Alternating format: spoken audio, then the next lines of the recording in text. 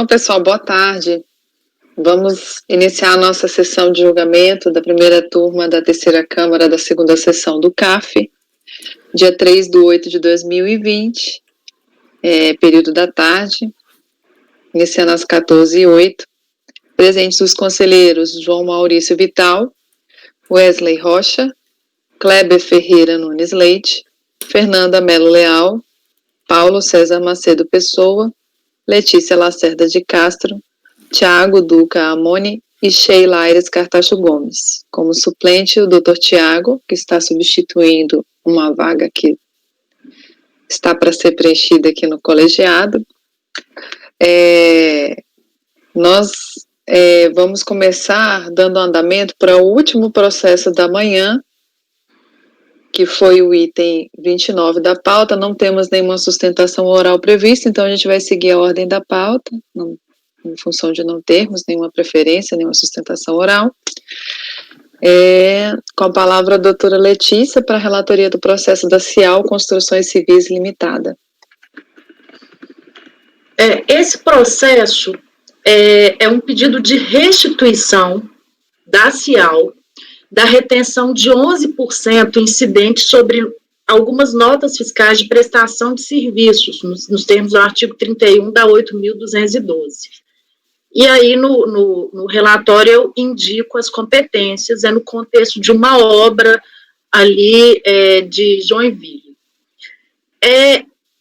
Não existe nesse processo questionamento em relação ao crédito a favor da Cial, tá? O que existe é o seguinte: ela quis a restituição, e a DRJ indeferiu o pedido. Antes já havia sido indeferido, né? Ela foi, e aí foi indeferido o pedido de restituição, sob o fundamento de que esses valores pleiteados como restituição de retenção foram deduzidos de uma NFLD.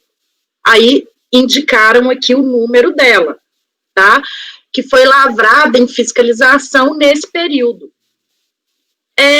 O que acontece é que nesse acórdão recorrido houve menção a que seria a necessidade de se julgar esse processo em tela com de número, aí eu indiquei aqui, então, pendente de julgamento no CARF. Fizeram essa menção. Foi interposto o recurso voluntário falando o seguinte: não, eu quero a minha restituição, porque vocês compensaram o meu crédito com uma NFLD que está até pendente de julgamento. Ou seja, não há constituição definitiva do crédito tributário. Eu quero restituir, não quero que seja feita uma compensação de ofício, né, o que eles estão chamando de dedução. Aí falou que isso é confisco, ao agir assim. Aí eu olhei esse processo que eles falaram no voto que seria necessário se julgar por dependência. Eu concluí que não existe nenhum impedimento. Esse processo foi julgado parcialmente procedente pelo CAF, reconhecendo que é inegável a retenção dos 11% pelo tomador de serviços, ou seja, ele não prejudicou a análise deste processo. Até porque, eu repito, eu olhei bem esse processo, não está em discussão a existência do crédito em si. Em si, essa forma de se vai ser restituído ou compensado de ofício. Então, não houve preliminares. Aí, quanto ao mérito, o cerne da questão, ora enfrentada, pode, 2 pontos, pode haver a dedução de ofício de crédito reconhecido a favor da recorrente com crédito tributário lançado em NFLD, cujo processo administrativo ainda se encontra, ao menos à época, pendente de julgamento de recurso administrativo. Mais uma vez eu falo que o que foi negado foi a restituição, ou seja, esse crédito foi deduzido de ofício no débito, ele já foi deduzido no débito dessa NFLD. Insurge-se a recorrente em face da compensação de ofício em referência, normalmente porque no momento da interposição do recurso estaria pendente o julgamento de recurso administrativo.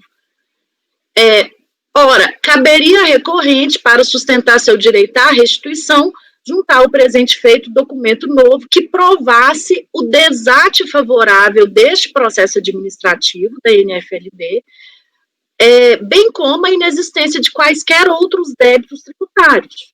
No caso, o crédito a seu favor já foi descontado na NFLD, o que conduz ao indeferimento do presente pedido, não havendo que se falar em confisco, eis que, à época, foi procedida a uma compensação dos valores, na lógica do que, inclusive, atualmente se impõe em situações análogas, conforme o artigo 89.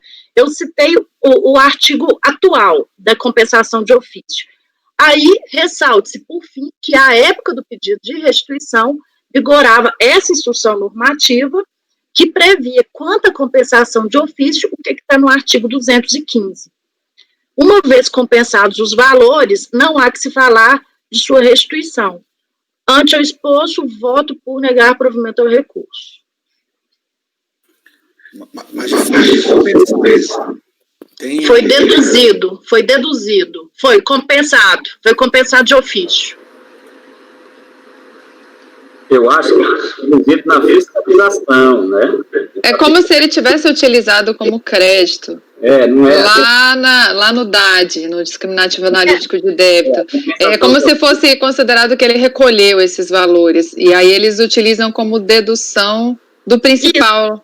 Né? Inclusive no relatório fiscal, ele inclusive cita, eu deveria até colocar das folhas aí, ele inclusive cita que foi deduzido e ainda assim ele era devedor na NFLD. Eu particularmente, eu até conversei esse caso com alguns colegas, é o seguinte, eu particularmente, eu tenho dificuldade de tornar, não estou nem falando de justo, né? Para mim, a instrução normativa fala compensação de ofício com débito. Uma NFLD, que eu ainda estou pendente um recurso administrativo, é considerado um débito para fins de compensação de ofício? Fato é que foi feita a dedução já. Talvez o melhor voto aqui seria até perda de objeto. Ou então, eu saber a situação atual dessa NFLD, que não foi uma dessas que eu julguei, não. Não foi. Foi um outro processo, SNFLD, que houve a dedução. Esse processo eu perdi mal a tempo também, doutor Thiago. Eu acho que é o seguinte, porque a compensação de ofício que a gente chamava com contribuições previdenciárias era quando a gente deferia o crédito e quando fosse pagar, verificava se você tinha débito. Aí fazia a chamada concomitância, encontrava as contas. E não foi o caso aí. O caso aí foi que quando o fiscal foi lançar em FLD, ele considerou essas GPS da retenção. Então, ele considerou e abateu lá. Não foi compensação de ofício, foi no lançamento. Então, ou seja, ele lançou a menor, né? Então eu interpretei errado, inclusive. É verdade. É porque eu estava com uma dificuldade muito grande nesse processo. De entender essas questões. Então, ele no próprio lançamento, ele tirou isso. Abateu. O João queria falar. Não, é isso mesmo. Eu estou vendo agora o processo, o doutor Kleber está certo. Era para lançar, por exemplo, 100, mas ele tinha 20 de crédito, lançou 80. Entendi. Então, deixou-se de lançar o que ele hoje está pedindo na restituição. Então, eu acompanho a relatora nesse aspecto, porque ele usufruiu do indébito dele. Na verdade, é isso. Ele já teve esse débito admitido quando esse tributo não foi lançado. Agora, só a título de esclarecimento, o processo principal está pendente de julgamento, não é isso, doutora Letícia? Eu não sei. Eu acho que é o caso que está pendente de julgamento na Câmara Superior. Ele falou da NFLT e eu não consigo ver que processo que essa NFLT se reporta. Esse número que você colocou aqui, consultando o e-processo, é um processo que já teve recurso especial. Sim, mas eu até citei isso aí no voto, foi até para tumultuar uma coisa que estava na minha cabeça. Tumultuar porque assim, eu tenho que enfrentar o que a DRJ falou. Quando ela falou que deveria ser julgado junto e citou esse processo administrativo, eu fui no acórdão, tanto é que eu cito aqui, só que esse processo administrativo não fala da NFLD no final 3.2, que é a que teve a dedução. Aí eu citei isso e falei, não, eu não estou impedida, não está prejudicada esse julgamento. Eu concordo com a relatora que o que faltou aqui no recurso dele foi ele fazer a prova, se é que isso é verdade, né? De que o que ele pediu restituição não é aquilo que foi aproveitado, que foi excluído do lançamento da tal NFLD. Que é o que a relatora falou, e olha, ele tinha que dizer que isso que ele está pedindo é diferente daquilo que ele já obteve daquele lançamento daquela NFLD. Porque o mero inconformismo de que eu não queria que excluísse do lançamento da NFLD, eu queria ser restituído, eu queria o dinheiro no meu bolso. Na verdade é isso. Eu não queria que compensasse isso lá, de algum modo deixasse de lançar. Eu queria, na verdade, que esse dinheiro viesse para o meu bolso, já que foi uma retenção de 11%. Ou, João, o doutor João, desculpa interromper. Sim. Mas, ou caberia a ele ter comprovado que o lançamento da NFLD estaria errado e, por exemplo, teria um diferencial a ser restituído. Acho que seria um percentual diferenciado, não digo por inteiro, mas talvez uma parte do que ele está pedindo. Olha, eu tenho lá uma NFLD que foi lançado, foi compensado uns valores já no lançamento, mas aqui eu tenho um percentual do 100, eu tenho 10 aqui a restituir. Então, poderia também ser. Se tivesse comprovado, poderia dizer que não era a mesma grandeza, um e outro. Poderia. Mas acho que ele não fez isso, né, doutora Letícia? Ele não contestou isso. Não, absolutamente nada. Aliás, se não me engano, tem até a nota aqui, o valor é o mesmo. Não fala nada. Só uma insurgência muito grande. Mas o doutor Kleber falou uma coisa interessante, porque é uma instrução normativa que não tem hoje mais, que fala de concomitância, né, no caso, que seria, então, para mim é até mais difícil de compreender isso. Então, no ato do lançamento eu já faço desconto. Né? Você exclui da base de cálculo. Você exclui do lançamento, você não lança, porque já está pago. Porque no meu voto, aí eu tenho até que alterar, eu compreendi que foi feito o lançamento, tudo ok, apurou o valor e depois fez compensação de ofício, igual é feito hoje. Não. Ele considerou a GPS que ele tinha, o crédito que já tinha. Ok. Depois eu altero essa redação aí. E que pode até nem ter sido GPS. Ele considerou o desconto de 11% declarado na nota fiscal, destacado. Porque isso. normalmente... O que está dizendo da DRJ foi isso, doutora Chico. Exatamente. Porque aí depende de ter recolhido. Tem um desconto na nota fiscal, a gente tem que aproveitar na fiscalização se ele fez o desconto, né? Então, tendo o desconto, a gente coloca como RET no lançamento. Então, é como se eu estivesse considerando que está recolhido aquilo ali, porque alguém fez a retenção dele, né? E aí essa pessoa teria que recolher na GPS, né? Então, ele não pode aproveitar disso duas vezes, né? Lá e aqui nesse processo. Né? Isso aí é muito mais vantajoso para ele do que a restituição, né? Porque evita de juros e multa em lançamento. Exatamente. Já tira na hora, vai diminuir os 75% em cima do que foi levantado, né? Então, assim... Doutor Paulo. Bom, a título de esclarecimento, esse processo aí a que se refere o lançamento, em que houve a compensação, ele já tem uma decisão da Câmara Superior desfavorável ao contribuinte. Então, somando todas as decisões, foi tudo desfavorável a ele. Reconheceu apenas a incidência da multa mais benéfica.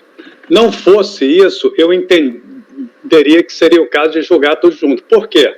Ele teria direito a essa restituição e o único jeito dele aproveitar, dele receber, é julgar concomitante esses processos, porque no final das contas o lançamento, se der causa integral a ele, vamos supor que ele saísse integralmente vencedor, ele não teria essa restituição lá, entendeu? Não teria lá, nem teria aqui. Agora, como já está julgado o processo em que houve a compensação, não tem dúvida nenhuma que ele não tem direito nenhum a ser pleiteado, entendeu? Isso aí já foi utilizado como pagamento daquilo que foi integralmente mantido. Aí eu acho que o voto é esse mesmo. Negar provimento. Algo mais um esclarecimento? Eu posso pôr em votação? Doutor João, como vota? Eu acompanho, parabéns pelo voto, doutora Letícia. Doutor Wesley? Eu acompanho, doutora Letícia. Dr. Kleber? A doutora Letícia parece que trabalhou na fiscalização previdenciária, que conhece muitas coisas aí de... Não conheço, não. Relatora. Eu aprendi muito com você hoje, viu? Aí. Então, doutor Kleber, tu acompanha? Relatora. Doutora Fernanda? Acompanha a relatora. Doutor Paulo? Acompanho. Doutor Tiago? Acompanho. Eu também acompanho. Então, acordam os membros do colegiado, por unanimidade de votos, em negar provimento ao recurso. Esse foi o item 29, anotei aqui que a gente votou ele no dia 3/8, no período da tarde. Indo para o item 30, que é da sessão da tarde agora, né? Começando pelos nossos processos da tarde. É o processo da minha relatoria, ele é bem simples, eu espero, né? Aqui é uma notificação de lançamento, em que foram lançadas prolabores. Eu nem vou entrar muito em detalhes em relação ao que foi lançado, porque ele tá alegando a questão da decadência aqui, o período indo para o voto dessa obrigação principal. Ele pede a aplicação da súmula 8 do STF e alega a decadência do crédito. Então, indo para cá, para o voto, o crédito foi constituído em 23 de 3 de 2006. E o período do crédito que foi levantado é 5 de 96 a 2 de 98.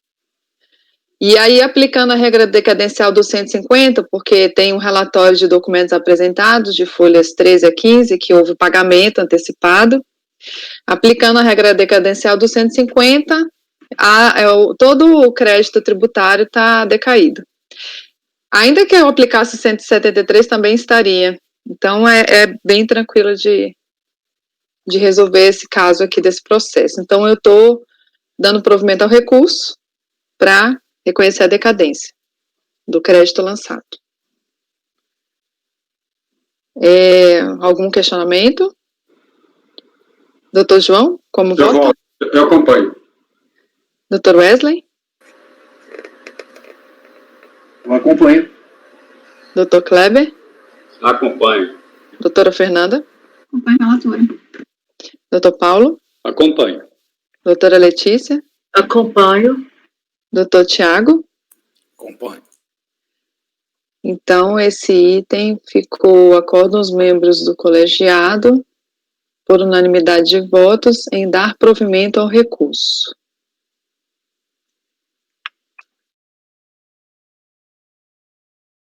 Esse foi o item 30.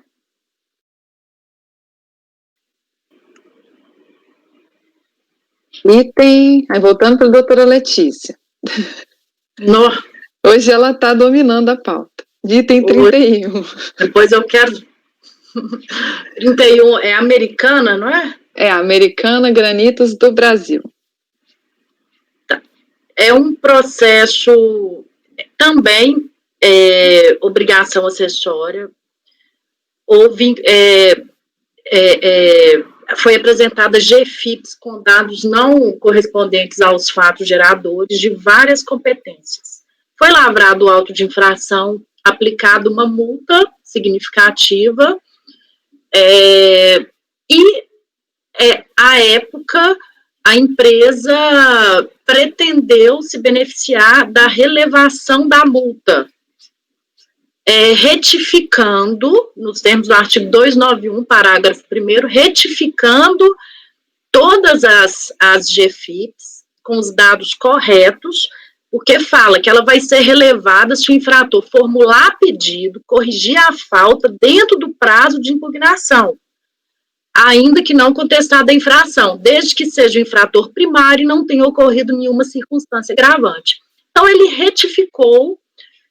Assim que ele apresentou, eu até não juntei tudo, porque não consegui baixar esse processo todo aí. Então, eu peguei só o último volume. Assim que ele juntou um tanto de GFIP, foi para diligência. Na diligência, foi constatado que várias faltas foram corrigidas, mas algumas competências foram parcialmente e não foram corrigidas umas outras competências. Então, algumas parcial e outras não foram corrigidas.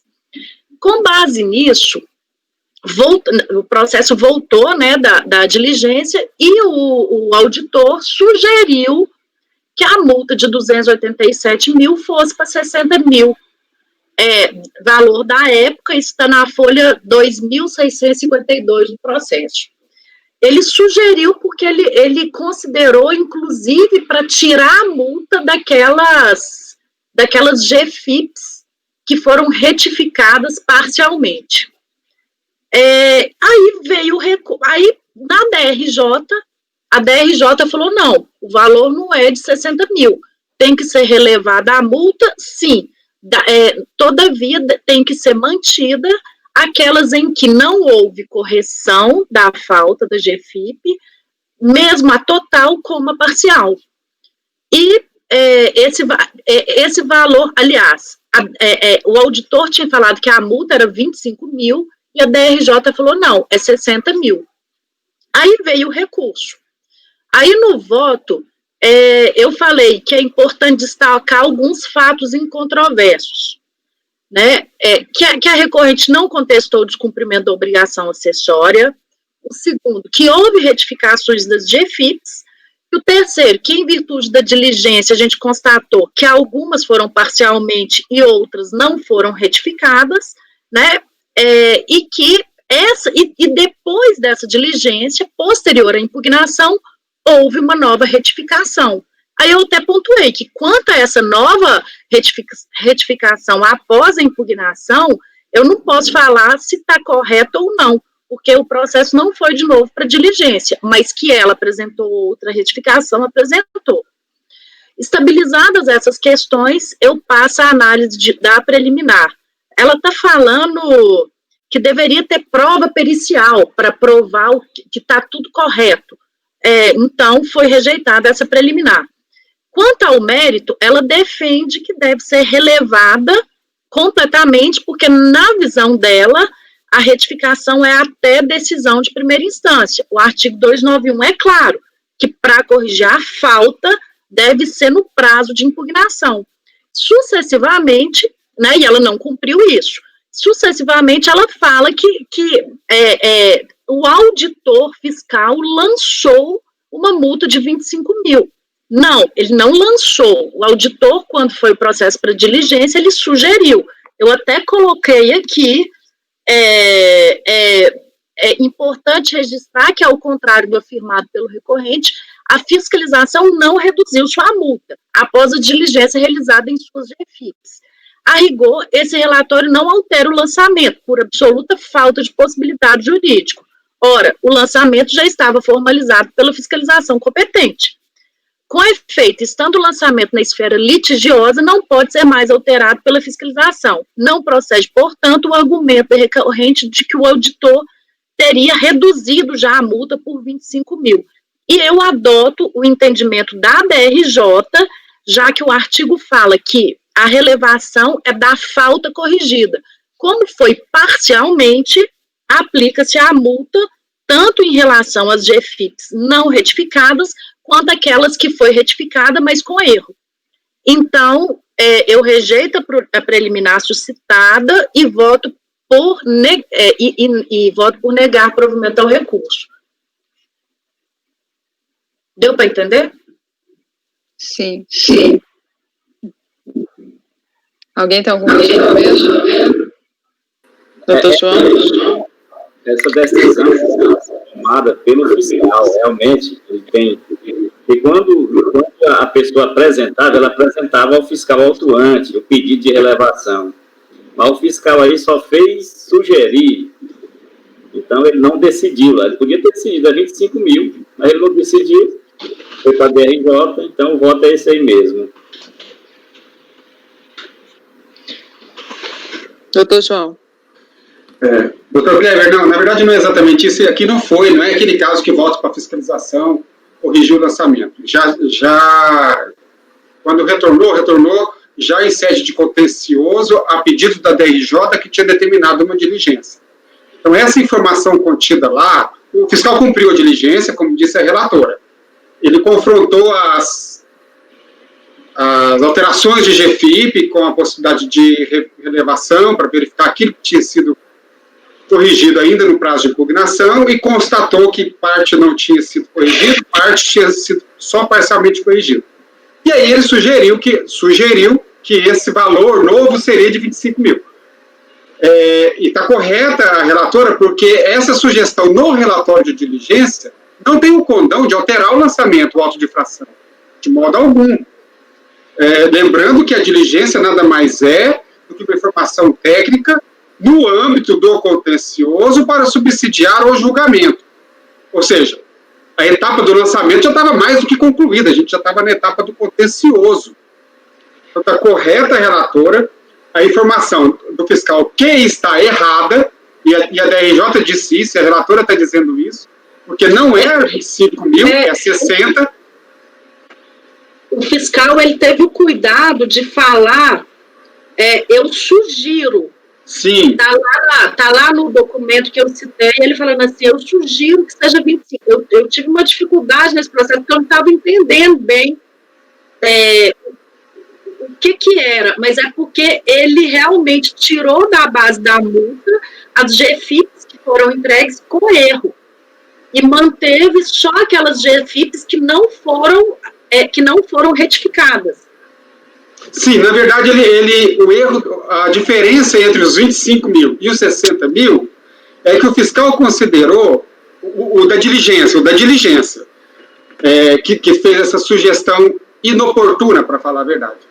Ele considerou que a correção parcial também seria excluída. A DRJ disse, não, corrigir parcialmente é o mesmo que não corrigir. Persiste a GFIP errada, portanto a multa é devida, e é essa exatamente a diferença entre os 25 e os 60 mil. Na verdade, quem fez a diligência, que por acaso foi esse auditor fiscal, ele extrapolou da competência que era verificar se havia GFIPs corrigidas tempestivamente para efeito da relevação. Ele extrapolou isso daí para opinar quanto ao valor da multa resultante. A DRJ disse, não, se tivesse opinado corretamente não teria problema, mas ele opinou errado, porque não é 25 mil, é 60, porquanto as GFIP que não forem integralmente corrigidas permanecem erradas e para essas, portanto, não pode ter relevação. Esse foi o voto da DRJ. Elas foram até retificadas novamente, né? Mas após a impugnação. Após a impugnação. Ok. Doutor João, como vota? Acompanho e louvo aí o voto da doutora Letícia. É uma matéria que o processo é enorme, eu sei que deu trabalho, mas é uma matéria assim, que depende de você ir lá olhar a GFIP e achar essa diferença dos 60. Quem me ajudou? Você que me ajudou muito, doutor. Não. Doutor Wesley, como vota? Eu acompanho a relatora, presidente. Doutor Kleber? Acompanho. Doutora Fernanda? Acompanho. Doutor Paulo? Acompanho. Doutor Tiago? Acompanho. Eu também acompanho. Então, acordo aos membros do colegiado, por unanimidade de votos, em rejeitar a preliminar. Teve um pedido de perícia, né? Rejeitar, tá sem áudio. Rejeitar o pedido de perícia e negar provimento ao recurso? Isso? Então, esse foi o item 31. Agora indo para a Fernandinha. Item 32. FAMAC, Fábrica de Produtos Metalúrgicos. Isso. Não está aqui com o processo aberto, mas eu estou anotada com resumo aqui. É um auto de infração, tá? Por falta de demonstração de apresentação das GFIPs. Deixa eu já apresentar diversos outros documentos solicitados pela fiscalização. Bloco de notas, livro diário, razão, balancete, demonstrações financeiras. Enfim, foi autuado, foi feita a notificação de lançamento, o contribuinte impetrou impugnação né, solicitando correção, dizendo que todos os documentos tinham sido entregues, que não haveria motivo para ser feito o lançamento fiscal, que ele poderia corrigir as possíveis divergências apresentadas, e aí questionou também a condicionalidade e multa, juros e multa, alegando que teria um caráter confiscatório. A DRJ, na análise da impugnação, entendeu que não haveria discussão sobre a questão de correção ou não das divergências apontadas, eis que já tinha sido perdida a espontaneidade para retificação, inquestionável e não foi apresentado pelo contribuinte as GFIPs, também deixou de apresentar diversos outros documentos que estão listados, tanto no relatório quanto no meu voto, eu os repeti. E aí, quando eu passo para o meu voto, quanto à questão da inconstitucionalidade, eu não conheço, cita a súmula CAF.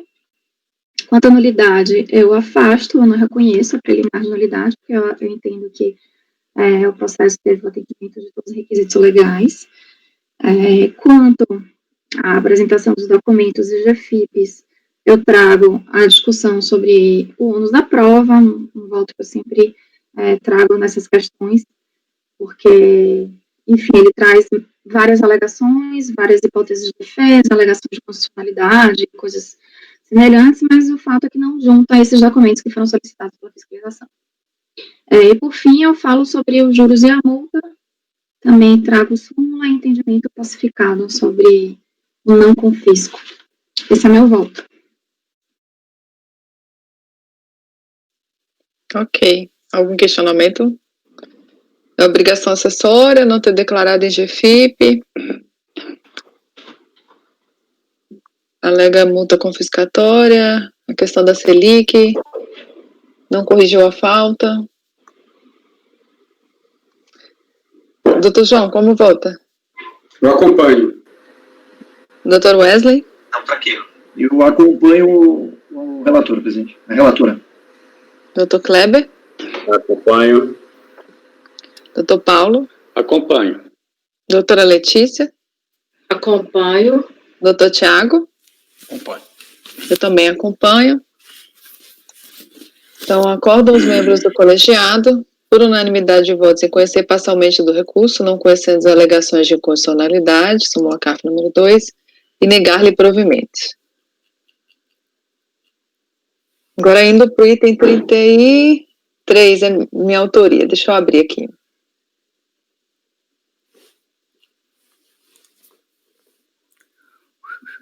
FITESA.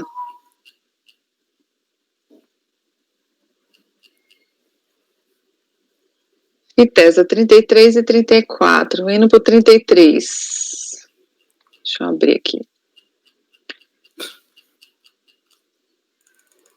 33 é um auto de obrigação acessória, CFL número 34, que é deixar de contabilizar em títulos próprios de sua contabilidade de forma discriminada os fatos geradores das contribuições previdenciárias.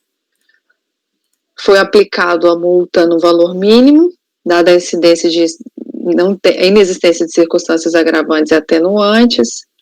Cientificada a decisão de primeira instância, o contribuinte interpôs recurso no qual alega a extinção do crédito tributário pela decadência, quer seja pelo artigo 150 ou pelo 1731. E acrescenta que se o crédito principal não pode mais ser cobrado em razão da decadência, consequentemente desaparece o direito de exigir o cumprimento de deveres a ele relacionado. Aqui nesse caso é uma obrigação acessória, então estou aplicando a súmula CAF número 148. É a questão dos títulos próprios, que, considerando que o contribuinte foi cientificado em 15 de 2 de 2007, e que os fatos geradores ora tratados, que no caso a contabilização mensal daquelas rubricas lá na contabilidade, então não é diferente daquela questão do não apresentar documentos, né? Então, ocorreram no período de 1 de 97 a 12 de 98. Aplicando-se a regra decadencial do 1731, a gente verifica que há a ocorrência da decadência do período lançado. Nesse caso de não contabilizar em títulos próprios. O próximo, não salvo engano, acho que é alguma coisa de documento, não lembro, não me recordo. Mas esse aqui, em especial, estou aplicando a súmula CARF 148 e estou reconhecendo a decadência do crédito tributário. A senhora pode repetir as datas, por favor? Do lançamento e das competências? 15/2/2007, competências 1 de 97 a 12 de 98. 98, exercício 99, aí ele lançou em 2007, né? Tá muito decaído. Muito decaído. Doutor João, como vota? Eu estou dando provimento. Eu acompanho. Depois eu tenho que analisar melhor uma questão aí, que é quando ocorre... É títulos próprios da contabilidade. Sim, eu entendi. Ele tem que contabilizar no momento em que vão ocorrendo as... Sim, eu sei. Há uma questão aí, doutora Sheila, que certamente está decaído, mas a questão que depois eu tenho que repetir e dar uma olhada novamente no que diz a legislação comercial, qual que é o momento fatal para o contribuinte obrigatoriamente fazer a escrituração. Então, porque esse momento seria o momento faturador. Certamente está decaído, já se passou muito tempo. Na pior das hipóteses, é no fim do exercício financeiro, né? Na pior das hipóteses, foi o que me ocorreu aqui. Na melhor das hipóteses, para o contribuinte seria essa. Então, estaria decaído de qualquer modo. Mas poderia estar se discutindo isso. Então, é uma matéria que depois tem que analisar. É bom a gente dar uma olhada nessa questão. Para saber exatamente o momento da ocorrência do faturador. Mas eu acompanho. O contribuinte, na pior das hipóteses, seria o exercício, não é? 31/12 de 98, por exemplo, né? E a competência... Eu acho que é no momento da escrituração, viu? Ele tem que escriturar todo mês, né? Pois é, eu iria pela regra do momento que deveria ter ocorrido o cumprimento da obrigação acessória. Sim, o problema é que eu não me recordo agora que momento é esse, doutor Wesley. Esse é o ponto. Porque a regra contábil os fatos contábeis são registrados na medida em que ocorrem. Então, essa é a regra. Sim. Só que aqui a gente está falando de contribuições previdenciárias. Então, ele vai fazer a folha de pagamento, vai pagar lá no dia 5 do mês seguinte para os empregados, vai pagar lá no dia 10. No dia 10 vai apresentar do mês seguinte, vai fazer GFIP. Então, qual que é a data limite que ele teria para escriturar tudo isso, para efeito de termo inicial da decadência? Não é tão simples, não me parece ser muito simples bater o martelo e dizer qual é a data, eu teria que dar uma olhada. Mas, de todo modo, eu concordo com o senhor, na pior das hipóteses seria o final do exercício e, portanto, já estaria decaído. Que bate com a competência 12 de 98 também, que é a última, né? Mais ou menos. Então, como vota, doutor João? Estou dando provimento. Doutor Wesley. Eu acompanho e vou esperar o momento adequado para nós debatermos aqui. Com certeza. Fiquei feliz com a coisa. Eu vou até dar uma anotar aqui nos meus estudos aqui, vou até estudar. Doutor Clever. Acompanho. Doutora Fernanda. Acompanho, relatora. Doutor Paulo. Acompanho. Doutora Letícia. Acompanho. Doutor Tiago. Acompanho. Então, esse item vai ficar acordo aos membros do colegiado, por unanimidade de votos, em dar provimento ao recurso. Esse foi o item 33. O item 34, deixa eu ver se...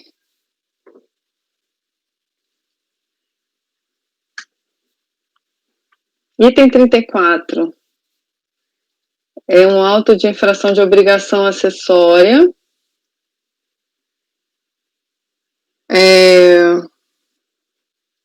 Em razão a questão, aqui a gente vai ter uma divergência, tá? Em relação ao CFL 38. Em razão do descumprimento ao disposto no artigo 33, que é deixar de apresentar os documentos lá, na forma como o fiscal requereu, conforme os termos de intimação constantes das folhas 24 a 57. A multa foi aplicada no seu valor mínimo, não teve circunstâncias agravantes nem atenuantes. Ele pede a extinção do crédito tributário pela decadência. E aí, nesse caso, eu tenho aquele entendimento, aplicando a súmula CARF 148, de que a data do fato gerador é a data do desatendimento ao termo de intimação. Então, consta do relatório fiscal que a empresa, apesar de regularmente notificada pelos termos de intimação, e aqui estão as folhas deles, deixou de exibir os documentos abaixo relacionados, são todos esses documentos. E aí aqui eu falo que o fato gerador ocorreu no dia 17/11/2006, que data em que foi cumprida aquela questão do prazo para se apresentar o documento. Então, considerando a data de a data do desatendimento, né? Aplicando-se a regra do 173, o crédito não há que se falar em decadência do crédito, porque ele foi lançado em 15/2/2007. Considerando que a intimação foi em 2006, no meu entendimento, não há que se falar em decadência desse auto de infração. Tá? O período da documentação que foi exigida foi documentos referentes, deixa eu ver aqui, eu coloquei aqui. A documentação é referente a 1/97 a 12/98.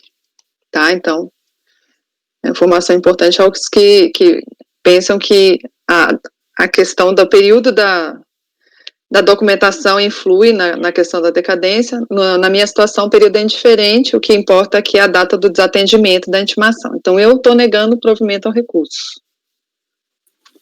Doutora Sheila, nesse critério que a senhora adota, a fiscalização poderia manipular a data do fato gerador, né? O que ficaria uma coisa meio estranha. Por exemplo, você lava um auto de infração, aí, sei lá, depois de não sei quanto tempo você solicita o contribuinte informações que, se não atendidas, começaria a fluir daí? Não.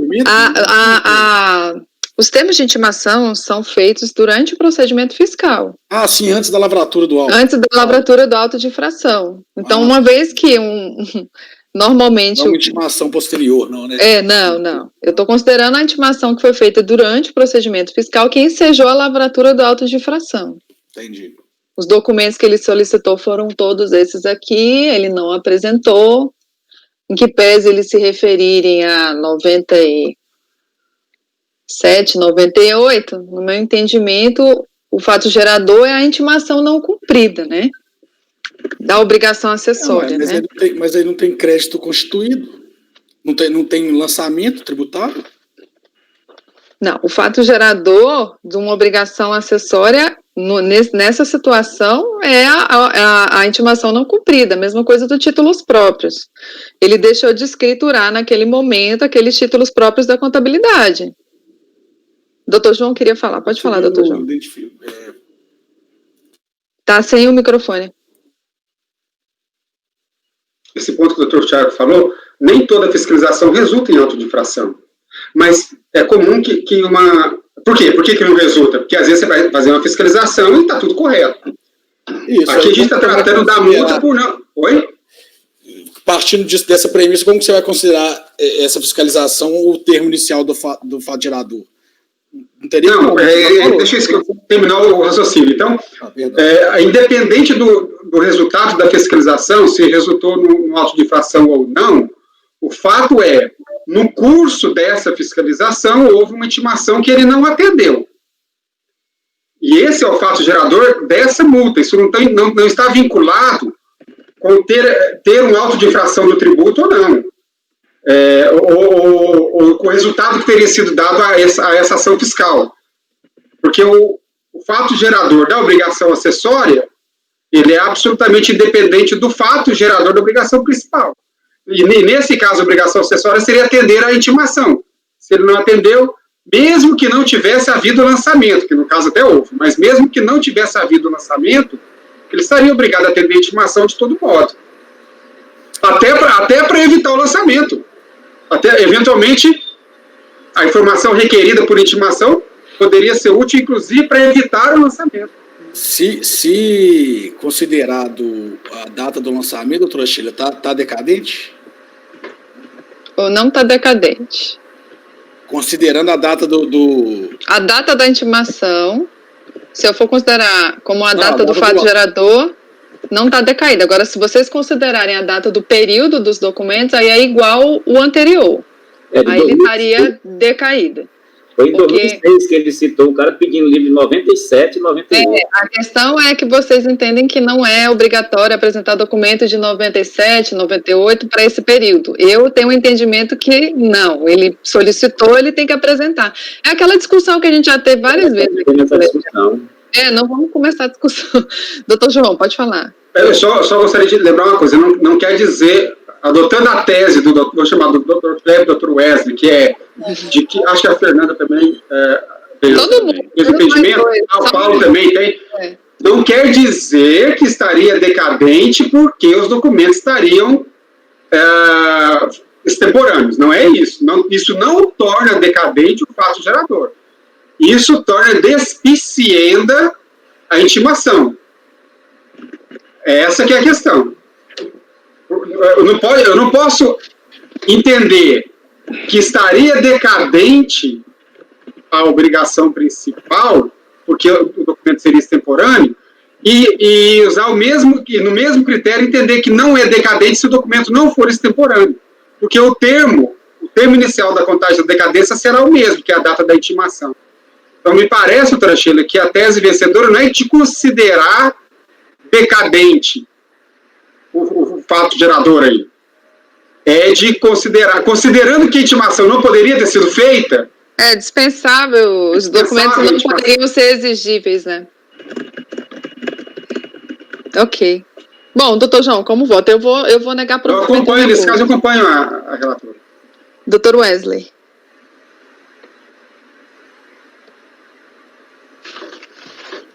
Acompanho.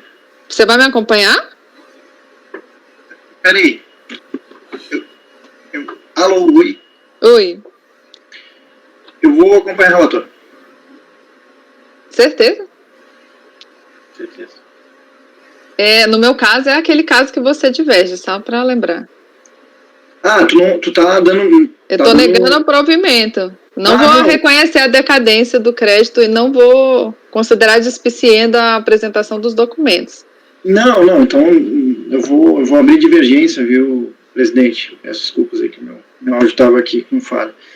Eu vou abrir divergência aí para acatar aí as argumentações do recorrente. Doutor Kleber? Com a divergência. Doutora Fernanda? Você não reconhece a decadência por que mesmo, Sheila? Porque para mim a data do fato gerador é a data da intimação não descumprida. Não cumprida, né? Da intimação descumprida. E também tendo que é exigível os documentos, mesmo que sejam de períodos anteriores, de 10 anos atrás. Né? Tá bom, eu acompanho de verdade. Doutor João. Tá sem o áudio. Seu microfone.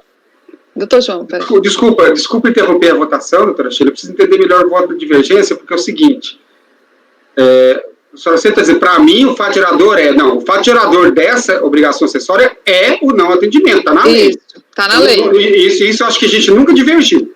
Isso. Se o contribuinte está pedindo no recurso decadência, então me parece, desculpe, doutor Wesley, me parece que o voto do doutor Wesley não é atender o pedido dele atribuindo a decadência, mas considerar a intimação inválida, porque ela estava exigindo um documento que o contribuinte não precisava apresentar. Esse é o voto divergente.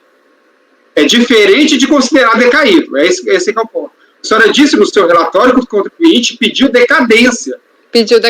E sob nenhuma tese, né, nesse colegiado, nessa turma, essa obrigação acessória estaria decaída. O que a divergência em relação ao meu posicionamento e ao seu, o que a divergência tem defendido é que essa intimação não poderia ter existido. Esse que é o ponto. Sobre os documentos que estavam fora do alcance... Isso, alcance temporal da fiscalização. Então, me parece que é uma diferença, não é reconhecer a decadência. Só estou lembrando desse ponto, que esse me parece que é o voto. Mas ele alega também que... ele alega que também, se você não pode exigir a obrigação principal, você não pode exigir a obrigação acessória.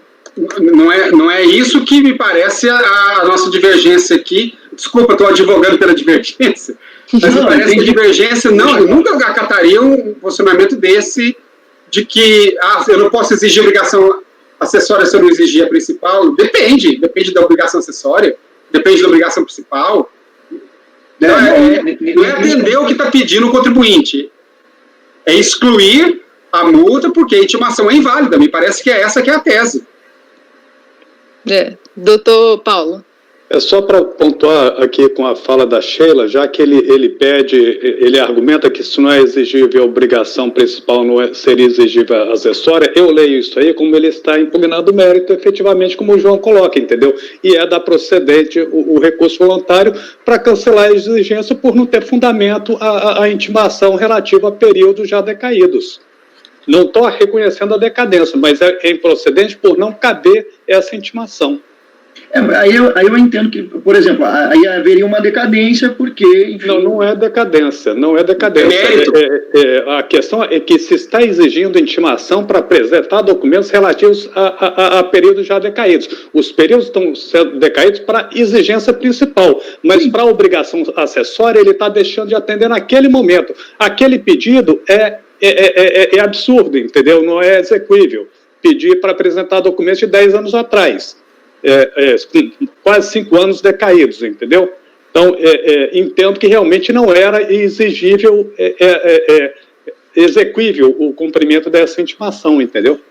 Obrigado, doutor Paulo, é isso mesmo, a questão não é de preliminar, é de mérito. É de mérito. E ele questiona o mérito. Ainda que ele tivesse uma decadência, eu leria isso como um pedido de mérito, entendeu? E deferia no mérito e não na decadência. Mas aí, pelo que nós estamos levando pela divergência, daria provimento integral para cancelar a infração. Isso, para cancelar o lançamento. Dá provimento ao recurso. Tá. Então, a divergência, entendeu? Divergência? É isso que eu quero entender a divergência, porque a minha divergência não é... Primeiro, muito obrigada, doutor João e doutor Paulo, porque foram extremamente...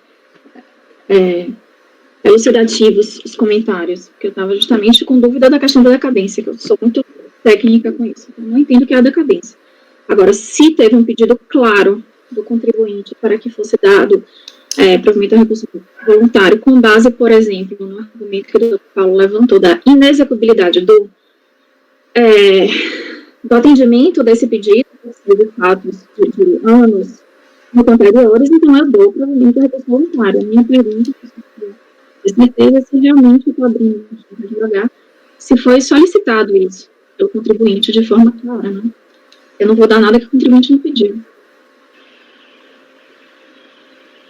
Porque na lógica que a doutora Fernanda falou, eu não poderia suscitar isso de ofício, diferente de quando se trata de decadência. Eu vou só checar o recurso que ele escreveu, mas eu escrevi aqui... Eu estou vendo se ele pediu, porque se ele não pediu, eu não vou dar. 357 o recurso. Né, nesse ponto aí, a doutora Fernanda tem uma certa razão, porque ele teria que ter feito o pedido. Mas eu acredito que ele tenha solicitado aqui, deixa eu checar aqui também. 357, vou olhar aqui. Mas eu escrevi no relatório, ele deve ter pedido, porque foi o que eu escrevi ali, né? 357, achei, da decadência... Não obstante...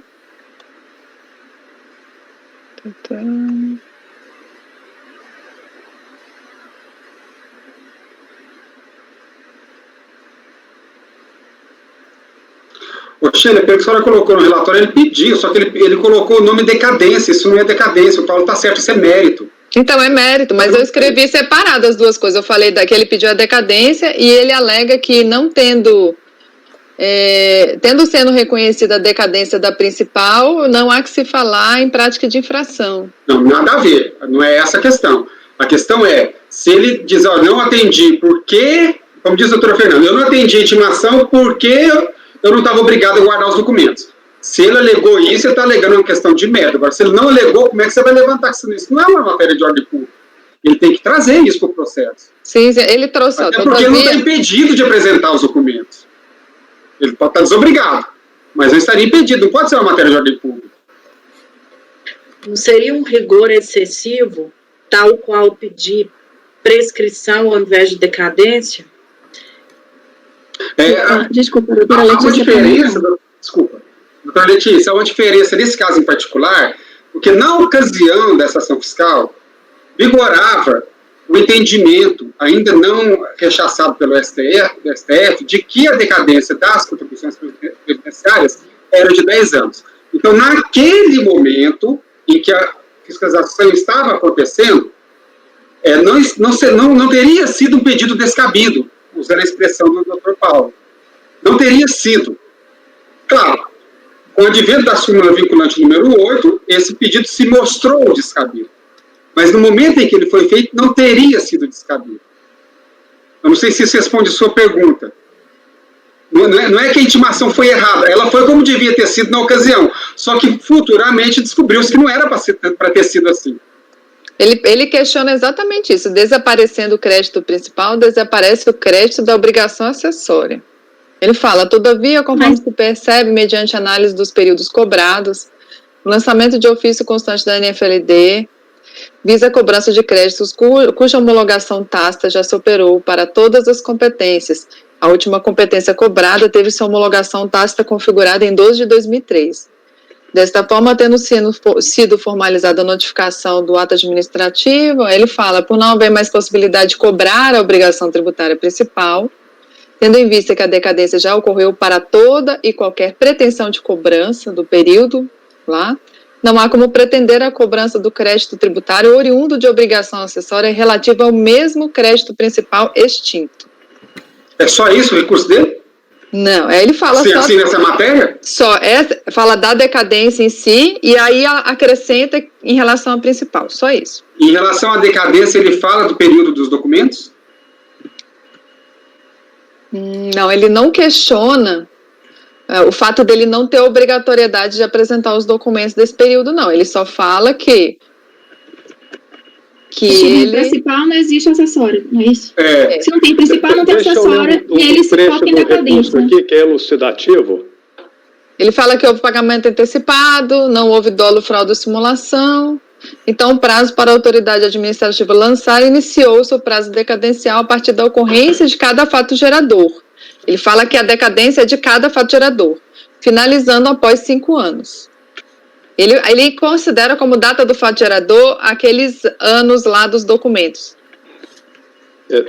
Deixa eu fazer só uma leitura de um trecho aqui do recurso dele, voluntário, o item 16. Ele diz, fundamentalmente, portanto, a verificação da ainda existência ou não do crédito tributário da obrigação principal, pois, em sendo sanção aplicada oriundo do descumprimento do dever de apresentar documentos relativos a determinados supostos fatos geradores, e coloca entre parênteses 97 e 98, o direito do credor de constituir o tributo em si não pode ter sido extinto. Em outras palavras, se o crédito tributário não pode mais ser cobrado, desaparece, consequentemente, o direito de exigir o cumprimento de deveres a ele relacionados.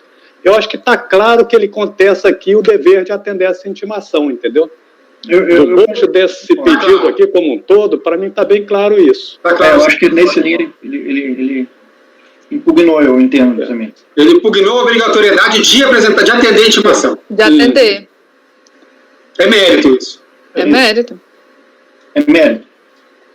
Convencido, obrigada, doutor Paulo. E nesse ponto, aí eu concordo com o doutor João, talvez não pelas mesmas razões, mas aí é uma obrigatoriedade do contribuinte ter, sim, que impugnar a matéria que foi objeto de lançamento. Ela tem que trazer suas razões para poder ser deferido o seu pedido. E aí também a doutora Fernanda, eu acho que eu concordo com ela também.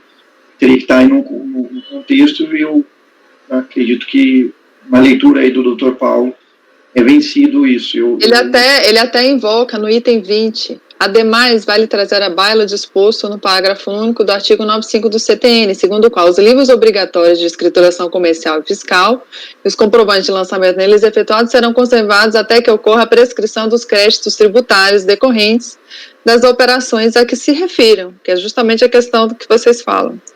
Com efeito, se não podem mais ser lançados, quanto mais cobrados judicialmente, caso em que estaria em questão o Instituto da Prescrição.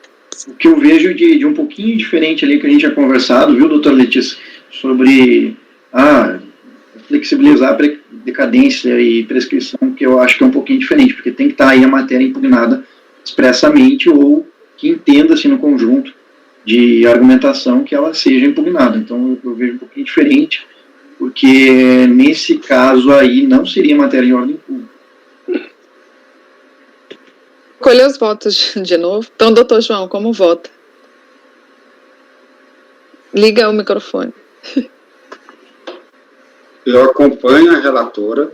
Eu já nem lembro mais. Não, a senhora votou para negar provimento. Sim. Eu entendo que... Não, tô falando, eu nem lembro quem eu colhi os votos, por isso que eu tô colhendo. Acompanho, porque são 3 matérias. Decadência, eu concordo com a senhora que não há decadência, porque o fato gerador foi a data da intimação. Isso. O argumento de que o acessório serve o principal, também eu rechaço esse argumento. Embora se chama obrigação acessória, o termo até já falei várias vezes aqui, não é muito bom, ele não é acessório em relação ao principal, é acessório em relação à apuração do, apuração do tributo, é o dever instrumental, devia chamar obrigações instrumentais ao invés de acessórios. Então, tanto não acompanha, que a gente tem até uma súmula do CARF que estabelece decadências diferentes para obrigação principal e obrigação acessória. Então, rechaço também, assim como a relatora, e como a relatora isoladamente, nós dois aqui na turma, eu também entendo que ele estaria obrigado a atender a intimação, ainda que se referisse a documentos que ele entende que não devesse ter a guarda. Então, eu acompanho integralmente, nas 3 questões. Vou até acrescentar esse finzinho aí em relação a uma não seguir a outra, que eu não havia colocado no voto, eu vou acrescentar. Já até anotei aqui para eu acrescentar aqui no meu voto. Obrigada pelas considerações. Dr. Wesley, como vota, então? Eu acho, doutor João, que pode ser até objeto de tema para a reforma tributária, né? Quem sabe, tirar essa questão da obrigação acessória para uma obrigação instrumental. Deixar o acessório no que ela é acessória de fato, né? Então, eu concordo nesse ponto, mas eu vou abrir divergência para, em maior extensão, que é o que a gente estava utilizando, em maior extensão, acolher as argumentações do contribuinte, e aí não entrando no aspecto de decadência, não, mas em maior extensão, dar provimento ao recurso. E cancelando a autuação, né? Acho que seria esse o... na verdade é dar provimento ao recurso. Doutor Kleber? Com divergência. Doutora Fernanda? Com divergência, só gostaria de ressaltar que não, pelo mérito, não reconheço a existência de decadência. Então ela volta pelas conclusões. Volta pelas conclusões. Não, peraí, acho que a doutora Fernanda vota com a divergência pelas conclusões, existe isso? Isso, eu acho que não é decadência. Não, mas você também não reconhece a decadência, não? O Wesley também não votou pela decadência. Não, votou pela inexigibilidade dos documentos. Então, sim, em maior extensão, que pega tudo... Isso. Eu tinha entendido que ele tinha reconhecido a decadência, foi isso que eu tinha entendido. Eu não entendo o que é a decadência. Então, se o Dr. Wesley não reconhece a decadência só pelo mérito de inexigibilidade dos documentos, então eu acompanho integralmente. É que, na verdade, doutora Fernanda, um já vai excluir o outro. Então, se tu dá provimento nesse caso, ele vai excluir todos os demais argumentos nesse sentido, mesmo que sendo uma prejudicial de mérito. Doutor Paulo, como vota? Com divergência. Doutora Letícia? Com divergência. Doutor Tiago? Divergência. Eu peguei o voto do Dr. Kleber? Peguei, não pulei não, né? Pegou. Tá. Então, acordam os membros do colegiado, por maioria de votos, em dar provimento ao recurso. Vencidos os conselheiros João Maurício Vital e a relatora, que negaram provimento. Designado para redigir o voto vencedor, o conselheiro...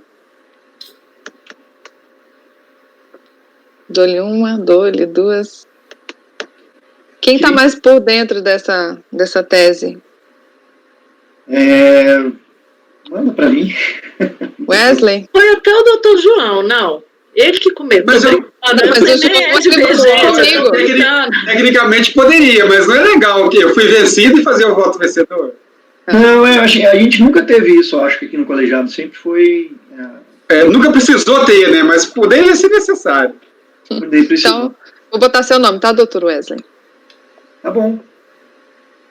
Então, pronto. Votado o item 34. Item 35, da Letícia, Jardim de Infância Ursinho Pimpão. E ele vai... Não paradigma não, é só ele mesmo, item 35. Certo. São contribuições previdenciárias da empresa, terceiros, o período de janeiro de 99 a dezembro de 2004. A época, pela DRJ, foi considerado o prazo de 10 anos decadencial. O recurso voluntário é uma questão que essa empresa suscita uma questão do simples que eu vou falar a seguir. Antes, eu vou reconhecer parcialmente da decadência de determinadas competências do lançamento, cujo período de apuração remonta a janeiro de 99 a dezembro de 2004. Desde já se destaque que a notificação da recorrente sobre a ação deu-se em julho de 2007. Aí vem a questão da súmula vinculante número 8. No presente caso, não houve pagamento antecipado, devendo o prazo ser regulado pelo 173. Assim, os fatos geradores declarados em GFIP no ano de 99 estão integralmente decaídos. Aí eu peço a ajuda a vocês, já que o fisco teria até janeiro de 2005 para lançar. E janeiro de 2006, quanto a GFIP, que poderia ser entregue até dezembro de 99. Os fatos geradores também do ano de 2000 estão extintos pela decadência, que poderiam ser lançados até janeiro de 2006. E janeiro de 2007, quanto a GFIP, que seria entregue em dezembro de 2000. E os fatos geradores de janeiro de 2001 a novembro de 2001, declarados em GFIP, encontram-se decaídos, porquanto poderiam ter sido lançados até 1/1 de 2007, já que ele materializado em 12 de 2001, poderia ser lançado até janeiro de 2008, pelo que é afastada a ocorrência da decadência. Quanto aos fatos geradores de 2002 em diante, não há ocorrência da extinção do crédito pela decadência. Então, eu reconheci de janeiro de 99 a novembro de 2001. Ok? Aí, quanto à preliminar de nulidade do julgamento, é o seguinte: na impugnação, a recorrente juntou uma certidão emitida pela Receita Federal que demonstra sua opção pelo Simples desde março de 97, sendo excluída em março de 99. E tendo novamente ingressado nesse regime simplificado em janeiro de 2001, ficando até junho de 2007. Com base nessa certidão, ela falou que não seria exigido o pagamento desses tributos. Antes de ser proferida a acórdão pelo DRJ, diligenciou-se para conhecer melhor a alegação do contribuinte de inclusão no Simples, constatando-se, na verdade, de pedido de inclusão com data retroativa realizado em agosto de 2007. Aí, sob essa ocorrência, o acórdão, ele esclareceu bem essa questão, que ele, de fato, estava no Simples, em 97 até 99, mas depois ele voltou para o Simples em 2005, no dia 1º de janeiro de 2005. Com a autuação, ele peticionou a inclusão no Simples em agosto de 2007, com data retroativa.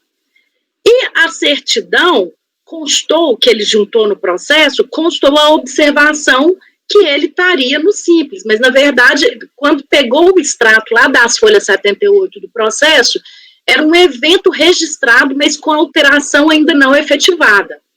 Aí eu transcrevo tudo aí que fala o relatório dessa diligência. Então, ao contrário do alegado, antes do julgamento da impugnação, depreende-se uma diligente atuação da DRJ, que alcançou a realidade, conheceu de um pedido de inclusão com data retroativa, que foi feito em 2007, que foi, inclusive, omitido pela recorrente, esse pedido de retroativo em sua impugnação. Então, não tem vício no acórdão por violação do direito de defesa dele, porque ele estava querendo que ele estava querendo diligência para, de fato, reconhecer o simples, então não tem violação nenhuma a esse direito de defesa, é isso que eu quis dizer. Nessa linha de raciocínio, quanto à alegação de que a DRJ deixou de considerar que o requerimento de inclusão no sistema possivelmente tenha sido deferido, né, também sem razão a recorrente. Ora, o simples pedido de inclusão no simples com data retroativa não é caso de suspensão do procedimento administrativo ante a ausência de previsão legal. Na lógica da súmula CARF 77, eu tenho possibilidade de discussão de ato de exclusão do simples, né, que inclusive não impede o lançamento de ofício dos créditos tributários. Então, é racional compreender que inexiste óbice ao processamento e julgamento do presente lançamento, enquanto pendente a apreciação de pedido de inclusão com data retroativa ao regime fiscal. Aí eu falo que não tem qualquer nulidade no auto de infração, pelo princípio da legalidade, porque ele sustentou essa questão, né? Eu falo que foi uma conduta vinculada e que não tem nenhuma hipótese do artigo 59, foi uma alegação genérica. E quanto ao mérito, ele sustenta a inexigibilidade do crédito diante da opção do simples. Aí eu narro toda essa situação, que na verdade ele tenha um pedido retroativo, que não é caso de suspensão da exigibilidade tributária, essa questão, e eu falo que deveria a parte interessada diligenciar e apresentar nos autos do documento, a rigor novo, que provasse a situação jurídica de opção ao regime simplificado de janeiro de 2001 a junho de 2007. Ou seja, é ônus da recorrente a prova de que o crédito tributário não decaído poderia se amoldar a então vigente lei 9.317, e que ele não me fez prova nesse sentido. Então, eu voto por dar, aí eu voto por reconhecer, eu tenho que mudar aqui, né, a decadência de 99 a 2001 e negar provimento, né. Aí eu pus aqui até um destaque no meu voto, porque eu não sei a postura de vocês, e eu acataria, de eventualmente colocar em diligência os autos para ver a situação desse pedido de inclusão retroativa ao simples. Embora eu acho que deveria partir da parte informar sobre essa situação. Doutor João. Muito bom, parabéns. Tem um som, acho que tem um microfone aberto aí. A questão do simples de escola infantil é muito simples, com perdão do trocadilho. Escola infantil nunca pôde ser optante pelo simples. Então, o que ele fez aqui, ele fez a opção e começou a pagar pelo simples, a Receita foi lá e cassou a opção dele pelo simples. Aí ele fez de novo. Aí ele diz, não, mas o período até a Receita caçar a minha opção pelo simples, eu paguei não pode exigir a contribuição previdenciária patronal porque eu estava no simples. Não estava, porque o efeito do desenquadramento do simples é retroativo. Mas isso nem vem ao caso, tem a súmula, acho que é 117, que diz que essa questão do enquadramento ou desenquadramento não impede o julgamento da contribuição previdenciária, não é? Então, independente, se ele for desenquadrado, a gente considera ele desenquadrado, e ele que vai discutir o desenquadramento na via própria, que é um outro processo administrativo, que pode também gerar um contencioso. Eu não sei se foi esse caso, doutor João, aí a relatora, mas me parece que é um pedido meio conjunto à fiscalização para que seja integrado ao simples. Né? Não foi isso, não, que eu acho que eu não entendi errado, talvez. Não. Bom, só para concluir o raciocínio, doutor Wes. Então, eu entendo, doutora Letícia, que não é nem um caso de diligência, porque a súmula já resolve o caso. E diz que não é para a gente tomar conhecimento do destino que será dado ao ato de desenquadramento. A gente tem que julgar o processo. E eu concordo com a senhora, eu vou acompanhar o seu julgamento. Só vejo que não é mesmo o caso de diligência, já que a senhora levantou a questão, até porque é sabido e consabido que a escola infantil nunca pôde optar pelo Simples, nem na Lei 9317, que foi revogada, nem pela Lei Complementar 123, que é atual. É porque escolas, de modo geral, não podem.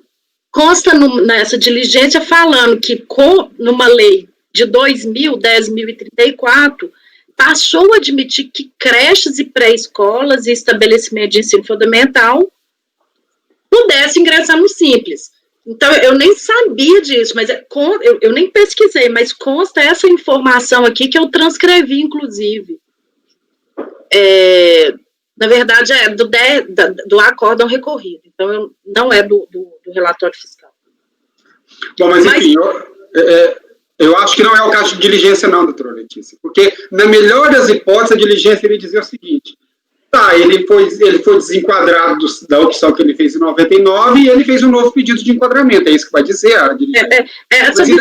Essa visão paternalista me incomoda muito, de nós, enquanto órgão, ter que diligenciar tudo numa pretensão de fazer, né? Eu acho que é uma visão paternalista que não, ele deveria provar, ele deveria mostrar que se tivesse o deferimento, né? Talvez tenha sido deferido, não sei. Mas se tivesse sido deferido, ele teria vindo correndo aqui e colocado no processo. Né? Esse é o interesse dele. Só que tivesse sido deferido o enquadramento. Sim. Pois ele teria todo o interesse em provar isso no processo. E houve uma omissão aqui, porque ele omitiu que o pedido era retroativo. Saiu uma certidão para ele favorável, falando que ele estava no Simples de 2000 até 2007, e quando foi diligenciado, falou, não, que tem um pedido retroativo, mas a certidão... Então, ele quis se beneficiar dessa informação, que não é 100% errada, mas que não traduz bem o que aconteceu. Não, na verdade, a certidão está dizendo que ele fez a opção pelo Simples nesse período. Fazer a opção é uma coisa, agora, poder ter feito essa opção é outra coisa, que é o que aconteceu. Ele foi desenquadrado, ele não podia ter feito a opção. Então, a certidão não está mentindo, a certidão está dizendo que ele fez a opção. Só que essa opção não podia ter sido feita. Não no caso da atividade dele. Então, eu vou tirar esse amarelo do voto e vou reconhecer parcialmente, né, a decadência daqueles períodos, rejeitar a preliminar de cerceamento de defesa e negar provimento ao recurso. Na decadência, tem que ver aí se 12 de 2001 entra, né? Que você botou o ano 2001, não foi? Ela colocou até 11 de 2001. Ah, certo. 12 ela tirou. Isso aí eu aprendi. Caso, a gente vai colocar dar provimento parcial, tá? Para reconhecer a decadência. Ele pediu, não é isso? E aí entra naquela celeuma lá de como colocar as decisões em relação ao processo, né? Então, eu entendo que é dar provimento parcial ao recurso para reconhecer a decadência das contribuições referentes às competências 1, de 99 a 11 de 2001, inclusive. Isso. E aí tem que se atentar só em relação a essas questões aqui das datas aqui, direitinho, na hora que faz a análise, é porque você fala que, assim, você analisa ano a ano, né? Dos fatos geradores declarados em GFIP no ano de 2000, também constam se encontram integralmente extintos, esses que poderiam ter sido lançados até 1/1 de 2006. Normalmente a gente coloca 31/12 do ano anterior, né?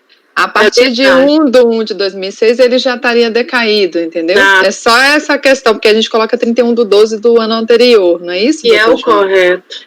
Peraí, eu estou fazendo as contas, né? Fazendo as contas aqui, peraí. O lançamento foi... Não é dia 31, então, do 12, né? Do 12 do ano anterior que você colocou aqui, então, por exemplo, 99, né?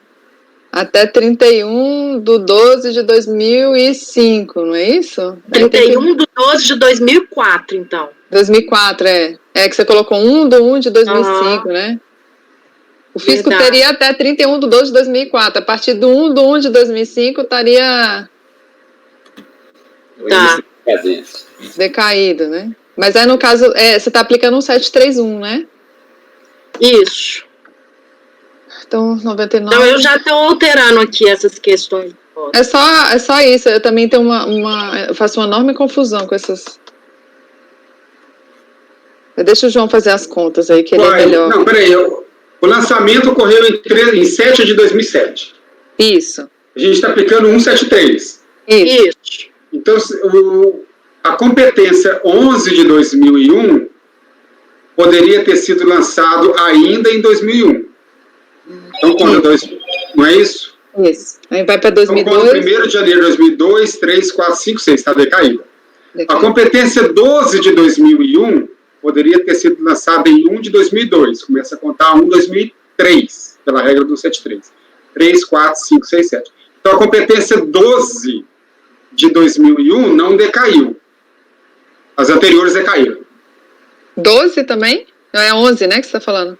11 decaiu. Decaiu. 12 não. É a 12 de 2001. Não está decaído de 12 de 2001 para cá. Em diante. Para cá. Está decaído de 11 de 2001 para trás. Isso. Aí o que eu estou falando para ela em relação ao voto dela, só dá uma olhadinha na parte assim, fala assim, os fatos geradores declarados em GFIP no ano de 99 estão decaídos. É que ela coloca assim, já que o fisco teria até 1/1/2005 para proceder o lançamento. Não é 1/1, é 31/12/2004. É só isso daí. Sempre que aplicar a regra do 173, o prazo decadencial vai terminar no dia 31 de dezembro. Sempre. Que ele começa no 1º de janeiro. Então ele vai terminar sempre 31 de dezembro. E nunca vai ser 31 de qualquer outro mês. Vai ser sempre de dezembro, que começa no início do ano. Ótimo. Acho que é isso. E aí, eu vou alterar isso só para disponibilizar. E aí rejeitar as preliminares e dar provimento parcial para reconhecer a decadência referente às competências 1 de 99 a 11 de 2001, inclusive. Exatamente. Tá. Doutor João, como vota? Acompanho. Doutor Wesley? Eu acompanho, presidente. Doutor Kleber? Acompanho. Doutora Fernanda? Acompanho, presidente. Doutor Paulo? Acompanho. Doutor Tiago? Com a relatora. Eu também acompanho. Então, acordam os membros do colegiado, por unanimidade de votos, em rejeitar a preliminar e dar provimento parcial ao recurso para reconhecer a decadência das contribuições referentes às competências 1 de 99 a 11 de 2001, inclusive. Indo para o item 36, Fundação Dr. Thomas. Deixa eu só checar o número do processo, 2008-86. Isso. Aqui é um auto de infração de obrigação acessória, CFL 59, que é deixar de arrecadar, mediante desconto, as remunerações e contribuições dos segurados empregados e trabalhadores avulsos e do contribuinte individual a seu serviço. Conforme relatório fiscal da infração, de folha 17, o contribuinte deixou de efetuar as retenções das remunerações dos contribuintes individuais, referentes a um auto de infração da EBICAD, que está aqui, períodos de 1 de 2003 a 10 de 2006, apuradas por meio de notas de empenho, em confronto com os dados declarados em GFIP. Foi aplicada a multa mínima, não foi identificada circunstância agravante nem atenuante.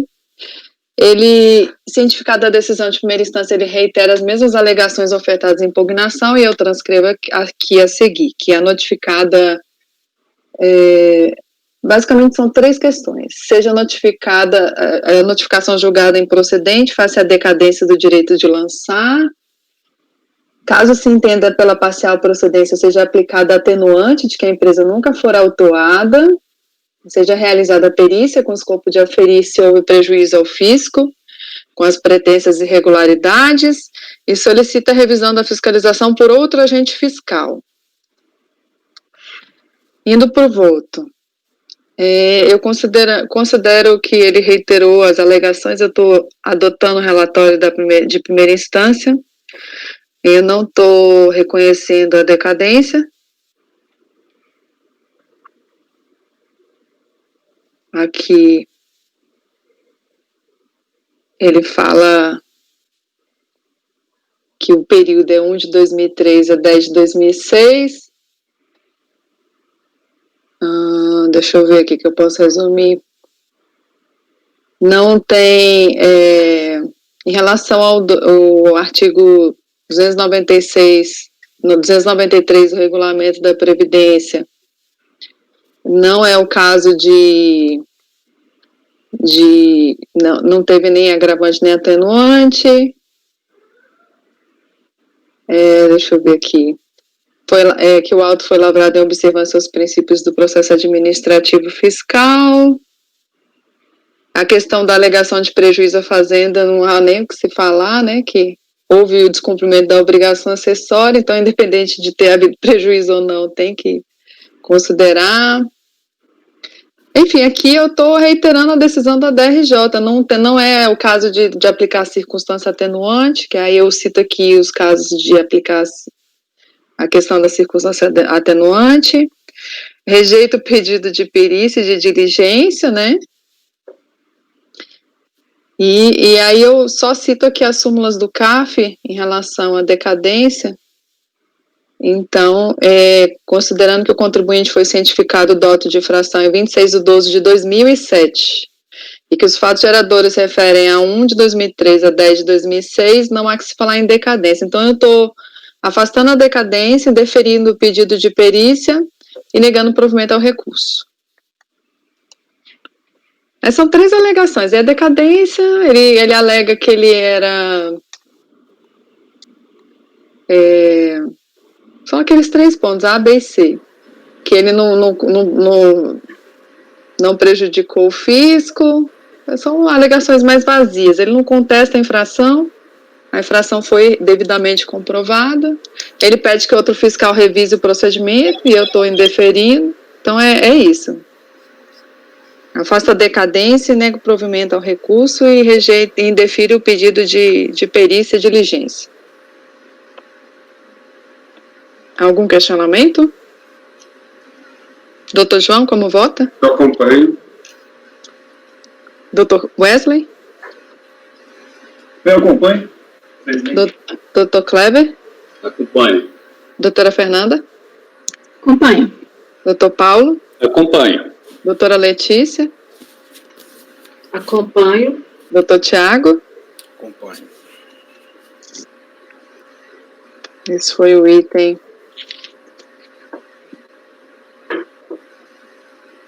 36.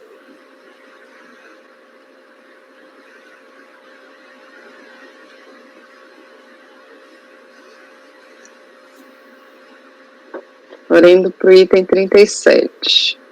Deixa eu só entrar na minha pasta aqui.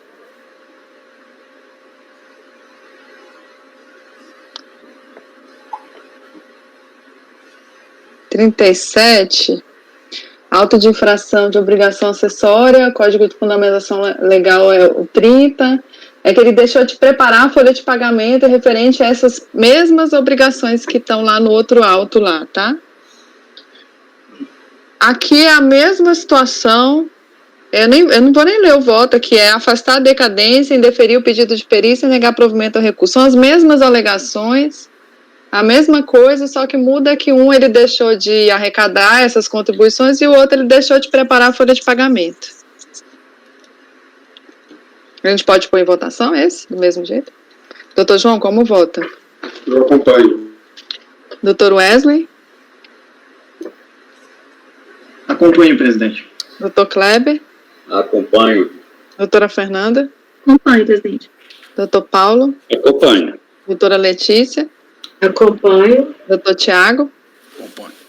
Então, eu vou reproduzir a mesma do 36. Acordo aos membros do colegiado, por unanimidade de votos em afastar a decadência, indeferir o pedido de perícia e negar provimento ao recurso.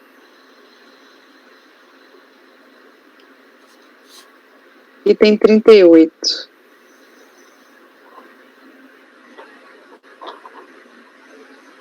O 38 é o auto de infração por deixar de prestar esclarecimentos à fiscalização.